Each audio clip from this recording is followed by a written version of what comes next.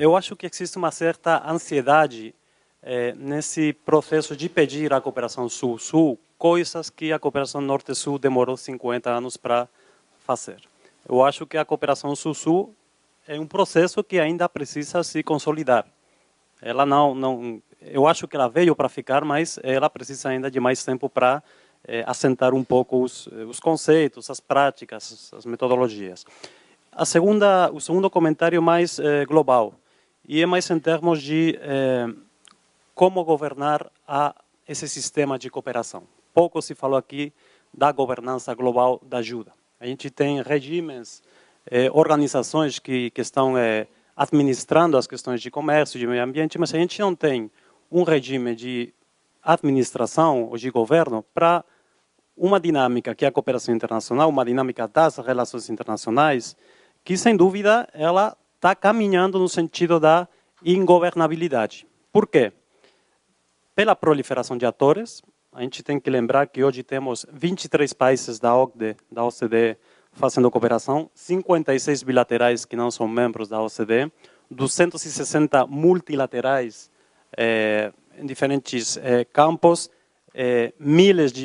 centenas de fundos globais, muitos financiados por filântropos ou pelas celebridades mundiais, e temos milhares de ONGs. O sistema hoje, do jeito que está, ele é ingovernável. E isso aí tem um impacto também em termos de custos de transação para os países em desenvolvimento, mas também para quem está fazendo a cooperação, que pode sentir um certo desincentivo, né? A pergunta é, como governamos esse sistema? Temos de governar o sistema? E quem governa o sistema? Quais seriam, então, as possibilidades? O que temos é uma possibilidade de fragmentação, continuar na velha lógica da separação norte-sul. Temos um movimento no Comitê de Ajuda ao Desenvolvimento de extensão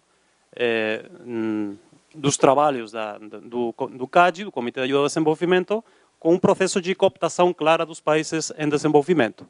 E aí tem o Working Party sobre a eficácia da ajuda dentro do CAD, que está ampliando o número de membros. Hoje está em volta de 80, com um tax team sobre cooperação sul-sul, que também está fragmentando e está dividindo a própria posição política dos países do Sul. A outra possibilidade seria criar um comitê de ajuda ao desenvolvimento dos países do Sul. A minha pergunta é, onde está se debatendo hoje, no Sul, as questões globais de cooperação? Não há. Você não tem uma plataforma global, ou uma plataforma dos países em desenvolvimento. Isso aí está acontecendo no âmbito regional. Você tem algumas experiências regionais onde existem experiências de diálogo, né?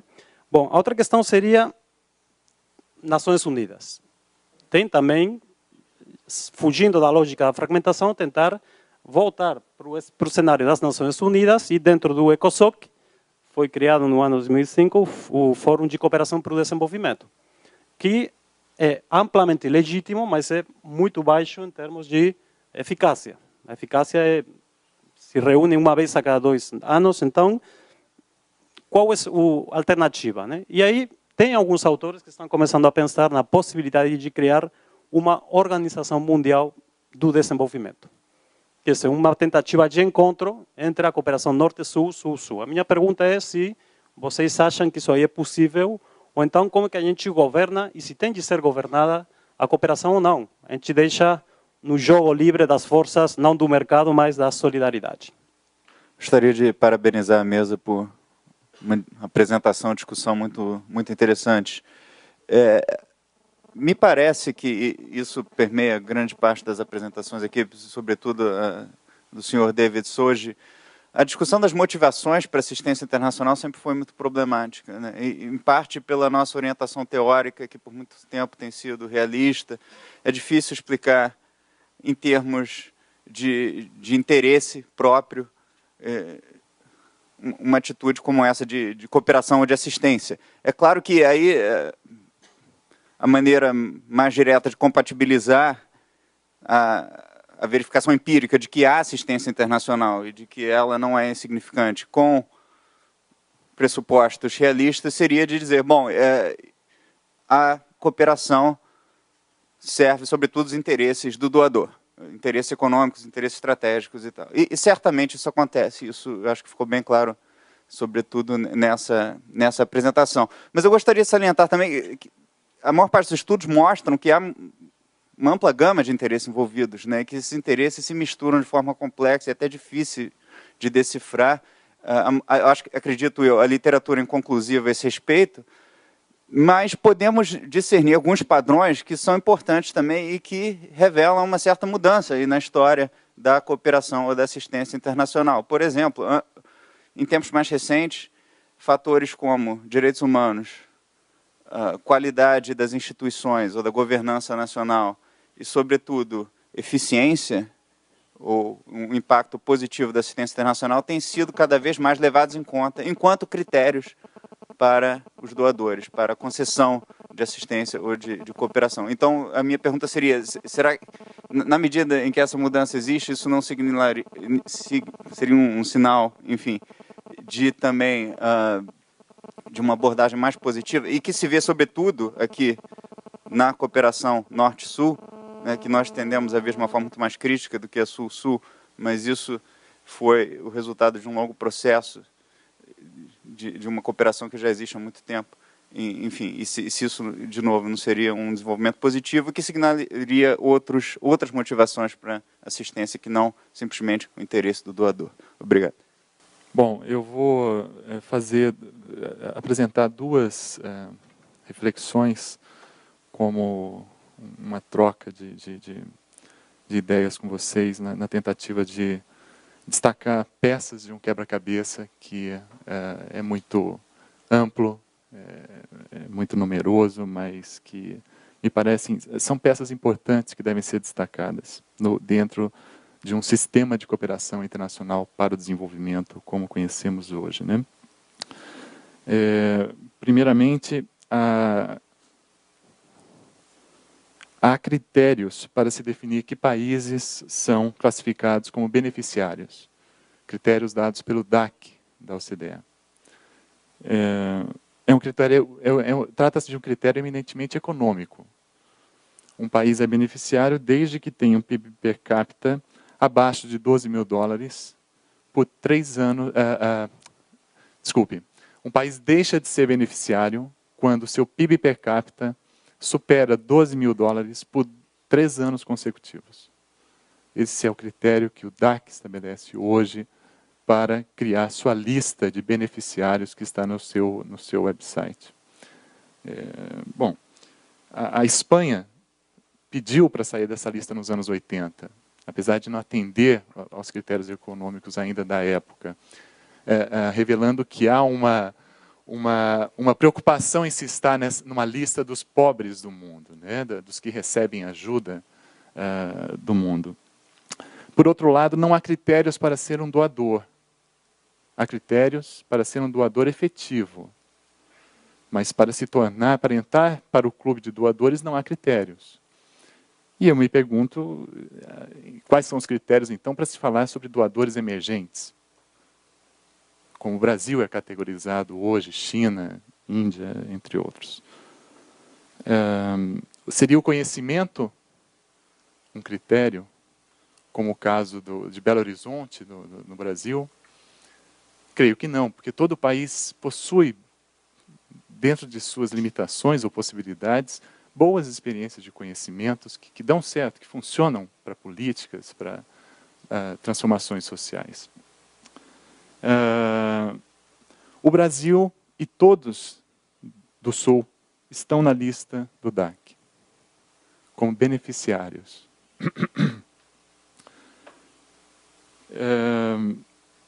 Então, é possível se falar sobre a necessidade de uma reforma da OCDE, nesse sentido, assim como se fala de uma reforma da ONU. Uma outra peça que me parece importante, que não foi mencionada, mas que faz parte da história da cooperação internacional para o desenvolvimento, é a influência de grupos religiosos, movimentos eclesiásticos e assim por diante. Uma das raízes da cooperação internacional para o desenvolvimento é a intenção de se ajudar pobres, né? A piedade, como bem se referiu o Carlos Milani em sua fala. Me parece que a ideia de altruísmo, de piedade, de solidariedade remetem a uma tradição religiosa que explica grande parte, ou que determina, desde as origens, em parte até os dias atuais, as políticas de cooperação internacional para o desenvolvimento. Então, onde estão os movimentos religiosos, na opinião de vocês hoje? E até que ponto os países do Sul, ao prestarem suas cooperações, possuem em suas raízes forças desses movimentos? E se não possuem, se não seria esse o diferencial da cooperação Sul-Sul, o fim da piedade e o início de uma relação menos assistencialista? Bom, são reflexões preliminares. Obrigado. Eu queria só levantar 2 pontos, eu acho que talvez mais de natureza política, no sentido da... Não está ligado, não.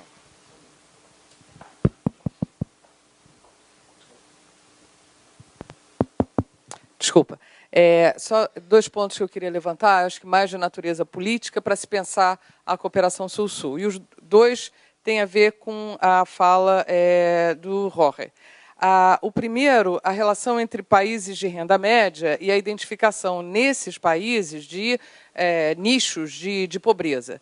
Em que medida essa lembrança, né, essa anotação, na realidade não fortalece, embora verdadeira, na verdade ela não acaba fortalecendo a argumentação desfavorável à prática da cooperação Sul-Sul, a de que países executem, pratiquem a cooperação, tenham uma política de cooperação para os outros, na medida que nós temos os nossos próprios nichos de pobreza, então os recursos deveriam ser utilizados aqui dentro. O segundo ponto também tem, eu acho que, a ver com a sustentação e a legitimação e o apoio à prática de cooperação Sul-Sul, mesmo reconhecendo as críticas que ela merece, é a participação do setor privado. Tá?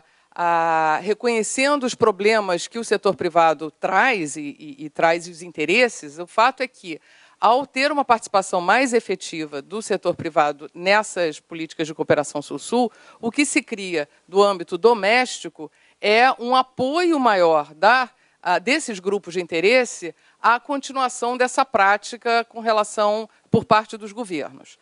Um outro ponto, rapidamente, eu acho que, e aí juntando aí ao Rodrigo, talvez um ator ausente na apresentação, embora eu acho que todas as apresentações foram muito ricas, é a participação específica de organizações internacionais, enquanto tais. Né? A ideia de que as organizações elas não aparecem apenas como a representação dos seus estados, enfim, dos governos ali representados, mas elas têm a sua própria visão, a sua lógica, a sua concepção sobre a prática da cooperação. E aí eu me lembrei de uma organização importantíssima na área da saúde e que dentro dela congregou não apenas cooperação Norte-Sul, mas também Sul-Sul, que é a Organização Pan-Americana de Saúde, né, que, na verdade, é anterior à Organização Mundial de Saúde, ela foi criada em 1902, e que tem todo um histórico de prática de cooperação entre os países americanos e com Estados Unidos e países americanos, que eu acho que merece, e vem merecendo por alguns pesquisadores, uma investigação. Lembrando, claro, que saúde sempre esteve na pauta como um valor, né, na ideia da cooperação, mas também como uma ferramenta importantíssima de política externa. Né, não só para satisfação de interesses comerciais, mas interesses estratégicos também. Realmente, como a Mônica adiantou no início, ficou muito clara a diferença entre o dia de ontem e o dia de hoje, e acho que foi muito interessante que a Ana tenha trazido a articulação, isso certamente vai estar o tempo todo no seminário. Eu queria fazer uma questão que acho que talvez seja mais para o Alcide ou para o David, que é o seguinte, quer dizer, a questão da cooperação e ligar com uma coisa que uma observação que o David fez, que é o seguinte, na Guerra Fria, quer dizer, a politização e a Guerra Fria, eu acho que faltou, não sei se tem estudos, sobre a cooperação no bloco soviético, né, que eu acho que seria certamente tão politicamente orientado quanto no Norte-Sul. Claro que o Norte-Sul não pode pôr o bloco soviético. Agora, o que acontecia? Você tinha competição, mas você não tinha. Quer dizer, a Índia, pela sua situação geopolítica, pôde competir entre os dois, e a represa de Assuan foi construída com recursos, né, exatamente nessa competição, né? A América Latina não podia participar dessa competição, porque a gente era área de influência dos Estados Unidos. Então, o que diz a competição? Quando existe competição, eu acredito muito pouco no altruísmo internacional. Eu acredito em outros elementos, talvez a minha tradição realista, institucionalista. O que é interessante? O que o David falou? Quanto mais doadores, mais você tem menor volatilidade dos fluxos. Então, o que a Guerra Fria... Ela criava uma competição, mas que era uma competição... Você estava dentro do bloco, acabou, não tinha competição. Hoje a gente tem competição, né? E essa competição talvez seja a positividade desses novos doadores, porque aí cria exatamente mais poder de barganha de quem recebe. Que essa é a questão, eu acho que está um lado que está também presente numa visão muito na linha do que disse o David. A questão de cooperação internacional como bem público, eu também tenho muita dificuldade, quer dizer, não vou discutir do ponto de vista do conceito técnico, mas o que seria o bem público? Eu só vejo se for usar o conceito de bem público, a estabilidade internacional. Qual é a consequência disso? É politizar ainda mais. Enfim, então eu acho que a gente tem de pensar um pouco mais para usar o conceito de bem público. E a outra questão tem a ver com essa distinção que você fez entre compaixão e piedade. Acho que foi muito interessante, mas eu fico pensando, quer dizer, a compaixão, que cria um laço forte entre as pessoas de interdependência, ela me parece que ela está na base do welfare state nacionais universais, que era exatamente a ideia de que todos eram parte daquela cidadania e, portanto, era um direito e não um favor. Né? Então, a reprodução disso no plano internacional, acho que é extremamente complexo. Eu acho que a tendência seja muito mais piedade. Quanto mais heterogeneidade, quanto mais diferença, estratificação, né, diferenças entre os estratos, assim, do ponto de vista global, mais você tem o pobre não é oculto para você, né? Então, a tendência é que seja piedade. Acho muito pouco difícil reproduzir a ideia de compaixão, porque ela supõe, inclusive, um direito, né, que é o direito no welfare state. Enfim, mas eu achei muito interessante. Okay, I just have 3 questions. One question, I mean, they're really questions. One question is international. Why is it that countries like Brazil, India, China, South Africa continue to support the one shift that's happened since 1945 within multilateral discourse on cooperation, which is cooperation on security has been disengaged from cooperation on development. And that has led to the reification of the Security Council and a complete ignoring of other bodies like ECOSOC. I've been asking this question repeatedly and not getting an answer. Why do countries like Brazil, India, China, the emerging powers, acquiesce and collaborate in this? That's one. Second question, unrelated, for Brazil, because there are so many Brazilian experts here, it's been worrying me. The World Bank in Brazil works in some states, and they're very powerful in these states. This is one of them, Rio de Janeiro. They have personal links in a way that you would imagine they had with President Mobutu, with the governor, the senators, and you know Rio well, I don't need to tell you what goes on here, with consequences. In many other countries I've been to, my own included, this is not allowed. The bank and the fund must lend or sign agreements with the central government, and then that is on lent to the state governments. Does this not infruct policy making in Brazil, letting the World Bank go in and sign individual, because you already have this difficult relationship? So that's the second question. My third question is again to do with, is a very simple question. You've all referred to triangular cooperation, and I know that EBC talks about it all the time. And I have a very comfortable time in Brasilia because of triangular cooperation. The British ambassador calls me for lunch and says, we want to do South-South cooperation. The Japanese ambassador says, we want to do South. And I'm like, but you're not in the South. And then they say, no, we want to do triangular cooperation. Now, take Brazil. Brazil has plenty of money. So you're not looking for their money. To my knowledge, the knowledge that Brazil has is what it is cooperating on. So you're not looking for their knowledge. So what on earth is being triangulated here? If somebody could throw some light on this, I'd be very grateful. Muy rápido, una pregunta que surge de una impresión que me dio de varias de las presentaciones y algunos de los comentarios, y que creo que se aplica a cooperación norte-sur, tal cual fue planteada, y cooperación sur-sur, y me parece esta idea de que es una dinámica unilateral, digamos, ¿no? O sea, la idea, por ejemplo, del argumento de que si tenemos muchos problemas nosotros, ¿por qué vamos a hacer cooperación en terceros países?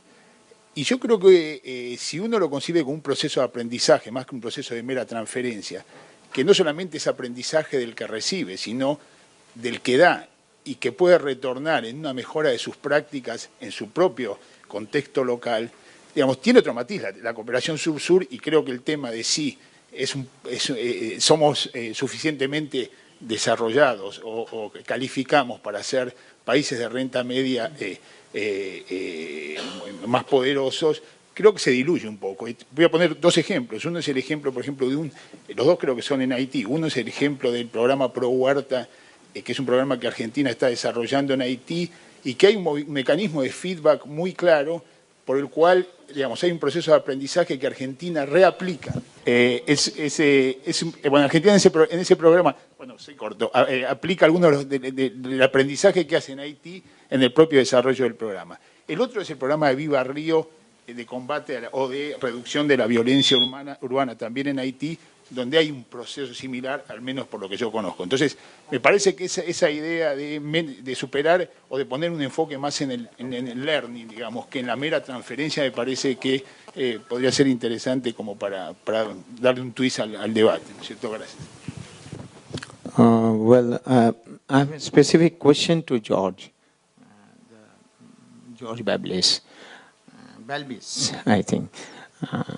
The thing is that you are talking about foreign aid. Does the aid has any linkage with politics? Whether the ultimate goal is the politics? Because I can cite the example of, if we see the Paris Peace Agreement that was signed in 1973 between US and Vietnam, the US agreed that they will provide aid.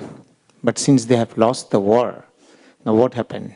You see one of the important reasons of Vietnam to incline towards Soviet Union, because they have inherited a war-shuttered economy. So whether aid is linkage with politics, this is one. Two, does the aid have any to promote culture, through culture actually, that if you wanted to promote your own culture outside, so I can cite that China have already established more than 120 Confucian Institute. Since I'm heading a center in my university, since I'm heading a center, a China center, they are willing to place someone, the Confucian Institute. But thanks to the Consul General, the local Consul General, said that I can provide you any Chinese. But the problem is that you have to procure the visa, because the government of India will not procure they will not give you the visa. So whether the culture can be an instrument, it's an aid, form of soft power, which is very much related to soft power. So which I think is a very important thing. And last point is that many people are actually, many learned scholars, actually for the first time I'm in Brazil, you are talking about the civil society, you are talking about the media, because I'm coming from a place from Calcutta, my experience of media, it's bias.